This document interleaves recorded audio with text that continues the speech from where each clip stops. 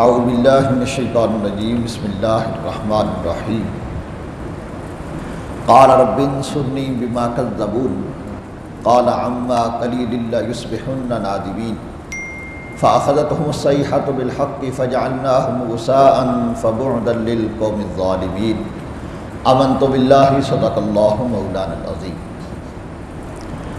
سورہ مومنون کی آیت نمبر 40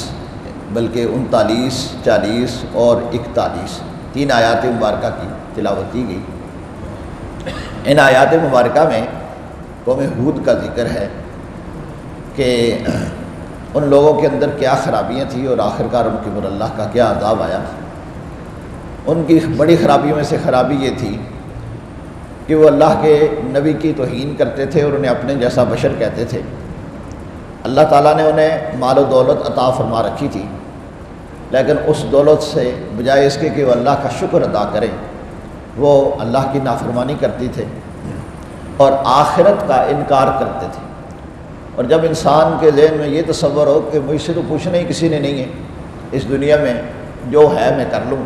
آخرت میں مرنے کے بعد پھر کس نے پوچھنا ہے، تو پھر انسان انسانیت سے باہر نکل آتا ہے اور وہ حیوانوں سے بھی بدتر ہو جاتا ہے۔ اور یہ خرابیاں اس قوم میں تھیں۔ اس خرابی کی بنا پر ان کے اندر ایک خامی یہ بھی تھی کہ انہوں نے راستے لوگوں کے روکے ہوئے تھے اور راستوں میں آتے جاتے لوگوں کو تنگ کرتے تھے، ان سے ٹیکس لیتے تھے، ان سے مال وصول کرتے تھے، بتھا جسے آپ کہتے ہیں، لوگوں سے ناجائز طور پہ پیسہ لینا۔ اور جو لوگ خاص طور پر مخلوق خدا کو ستاتا ہے، تنگ کرتا ہے، اس کے بعد آخرکار اللہ کا ضرور عذاب آتا ہے۔ اس لیے بندے کو یہ چاہیے کہ وہ مخلوق خدا کو ستانے سے باز رہے۔ چنانچہ اللہ رب العالمین نے ان قوم کی خرابیاں اس کی سورہ شعراء میں بھی بیان فرمائی۔ اللہ نے ارشاد فرمایا کہ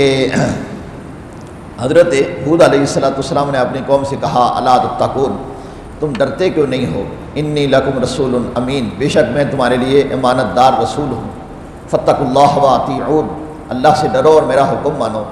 وما اسألکم علیہ من اجر ان اجری الا علی رب العالمین، اور میں تم سے اس پر کوئی اجرت نہیں مانگتا، میرا اجر تو اسی پر ہے جو سارے جہان کا رب ہے، یعنی میں تمہیں جو اللہ کا پیغام پہنچاتا ہوں اس پر تم سے کوئی اجرت بھی نہیں مانگتا، تمہیں صرف اور صرف اللہ کی راہ کی طرف بلا رہا ہوں، اللہ کے دین حق کی طرف بلا رہا ہوں، تم اس کی طرف کیوں نہیں آتے؟ اتبنون بکل ریع آیۃ تعبثون، کیا ہر بلندی پر ایک نشانہ بناتے ہو کہ راہگیروں سے تم ہنسو، یعنی ہر راستے چوراہے پہ وہ کھڑے ہو کر راہگیروں کو تنگ کرتے تھے اور ان پہ اوپر آوازیں کستے تھے۔ تو یہ خرابی میں نے بارہا بیان کیا کہ یہ قرآن پاک کی آیات مبارکہ بیان کر کے گزشتہ انبیاء کرام علیہ السلام کے حالات بیان کر کے اور ان کی قوموں کے حالات بیان کر کے ہم نے اس آئینے کو اپنے سامنے رکھنا ہے اور دیکھنا ہے کہ یہ خرابی کہیں ہم میں تو نہیں ہے، کہیں ہمارے نوجوان تو ایسا نہیں کرتے کہ چوکوں میں کھڑے ہو کر وہ لڑکیوں کو تنگ کرتے ہوں، کہیں ہم تو ایسا نہیں کرتے کہ راستے میں گاڑیاں کھڑی کر دیں اور جناب لوگوں کے راستے رکتے ہوں، اور اسی طرح جناب ہم راستوں میں اپنی دکانوں کے آگے دکانیں لگا کے ہم لوگوں سے جناب مفت کے حرام کے پیسے وصول کرتے ہوں ریڑھیاں پہ، حالانکہ وہ میں نے بارہ کہا کہ بات تو کڑوی ہے لیکن ہے حقیقت، جس سڑک کا ہم پیسے لے رہے ہیں اس کے ہم مالک تو نہیں ہیں، لیکن اس کے اوپر ریڑھی کھڑی کرنے والے کو اس کے ہم جناب پیسے لیتے ہیں، لوگوں کا راستہ روکتے ہیں، ایمبولینس سے گزرنا ہوتا ہے، گاڑی گزرنی ہوتی ہے اور اس کے جناب ہم نے راستہ روکا ہوا ہے، اپنے صرف ایک بندے نے اپنے مفاد کی خاطر، اور اس کے دیکھا دیکھی پھر دوسرا بھی ایسا کرتا ہے، تیسرا بھی ایسا کرتا ہے۔ یہ خرابیاں قوم عاد کے اندر تھیں، اور اگر ہم میں بھی وہی پائی گئی تو پھر ہم میں اور ان میں فرق کیا رہا؟ اب سنیے ان کے اندر کیا کیا خرابی تھی۔ فرمایا اتبنون بکل ریع آیۃ تعبثون، کیا ہر ایک بلندی پہ تم راہگیروں سے ہنستے ہو، راہگیروں کو تنگ کرتے ہو، وتتخذون مصانع لعلکم تخلدون، اور مضبوط محل بناتے ہو اس امید پر کہ تم ہمیشہ رہو گے۔ بڑے بڑے محلات بناتے تھے وہ، بڑے مضبوط قسم کے اور بڑے اونچے لمبے قد کے یہ لوگ تھے، مال و دولت بھی ان کے پاس تھی، حسن و جوانی بھی ان کے پاس تھی، اور یہ سمجھتے تھے کہ ہمارے اوپر کب موت آنی ہے، ہمیں کون کمزور کر سکتا ہے، ہمارے پاس تو ہر قسم کی طاقت ہے۔ تو اللہ کے نبی انہیں کہہ رہے ہیں وَتَتَّخِذُونَ مَصَانِعَ لَعَلَّكُمْ تَخْلُدُونَ، تم مضبوط محل بناتے ہو اس امید پہ کہ تم ہمیشہ رہو گے۔ وَإِذَا بَطَشْتُمْ بَطَشْتُمْ جَبَّارِينَ، اور جب کسی پر گرفت کرتے ہو تو بڑی بے دردی سے تم گرفت کرتے ہو۔ ان کے ہاتھوں میں کوڑے ہوتے تھے اور جو ان کو بتھا نہیں دیتا تھا اس کو مارتے تھے، جس طرح ہمارے ہاں جناب کراچی میں کارخانے جلا دیے جاتے تھے، اس لیے بتھا نہیں دیتا، اگلے کی دکان پر بم مار کے جناب اس کی دکان ختم کر دینی، اس کا کاروبار برباد کر دینا، بندے کو ڈرا دینا، صرف اس وجہ سے ہمیں مہینے کا بتھا نہیں دیتا، پیسے نہیں دیتا۔ کتنا بڑا ظلم ہے کہ ایک بندے کی خواہش پوری نہ ہونے کی وجہ سے اس کا سارا خاندان برباد کر دیا۔ اس کا پتہ نہیں اس ایک کی دکان پہ کتنے خاندان پلتے ہوں، اور اس کے بچوں کا ننیال پلتا ہو، ددیال پلتا ہو، بچے آگے لوگوں کو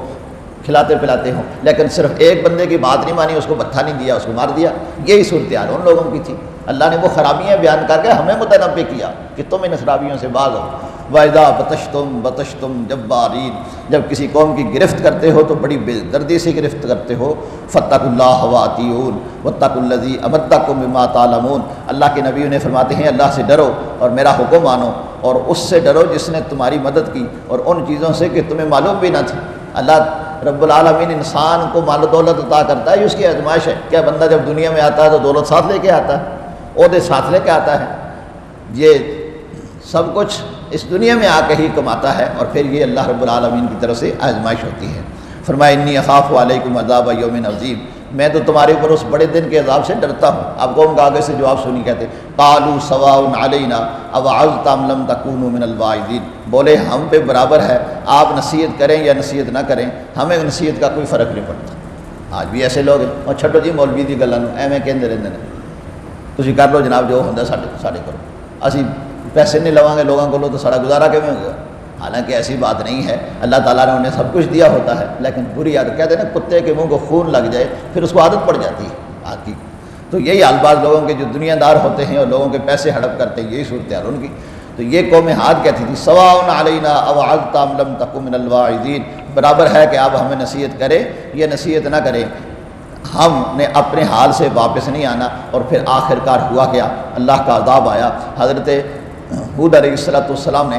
اللہ کی بارگاہ میں دعا کی، رب انصرنی بما کذبون، اے اللہ کہ جو مجھے جھٹلا رہے ہیں تو اس پہ میری مدد فرما۔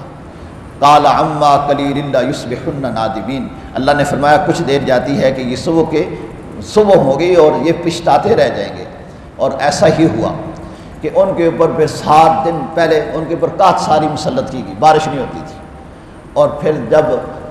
ان کی ہلاکت کا وقت آیا اللہ نے کالے بادل بھیجے، اور ان کالے بادلوں میں سخت قسم کی ہوا بھیجی، اور 7 دن رات مسلسل ان کے اوپر موسلادھار سخت قسم کی بارش بھی برستی رہی اور مسلسل ہوا چلتی رہی۔